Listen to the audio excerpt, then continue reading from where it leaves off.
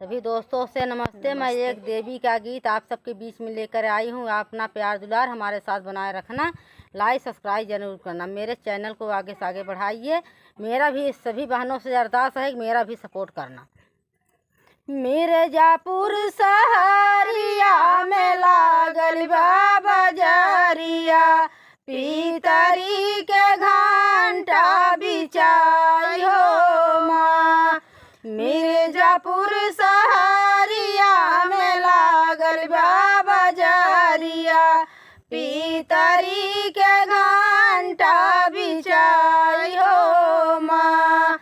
जवन घंटा चढ़ै शीतला मैया के मंदिरवा, टन टन टन टन टनाई हो माँ।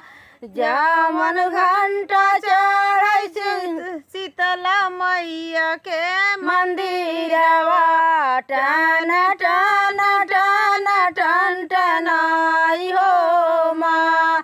मिर्जापुर शहरिया में लागल बा बजरिया, पीतरी के घंटा बिचाई हो माँ।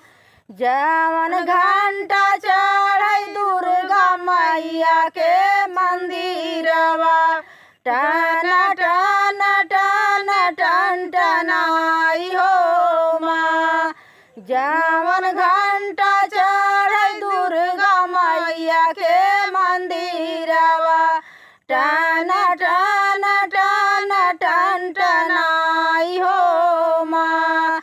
मिर्जापुर शहरिया में लागल बा बजरिया, पीतरी के घंटा बिचाई हो माँ।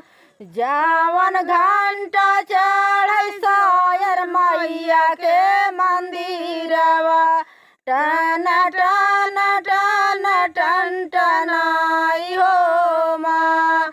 जवन घंटा चढ़ै सातौ बहिनी के मंदिरवा, टन टन टन टन टनाई हो माँ। मिर्जापुर शहरिया में लागल बा बजरिया, पीतरी के घंटा बिचाई हो माँ। जवन घंटा चढ़ै काली मैया के मंदिरवा, टन टन टन टन टनाई हो माँ। जवन घंटा चढ़ै काली मैया के मंदिरवा, टन टन टन टन टनाई हो माँ। मिर्जापुर शहरिया में लागल बा बजरिया, पीतरी के घंटा बिचाई हो माँ। सभी दोस्तों से नमस्ते।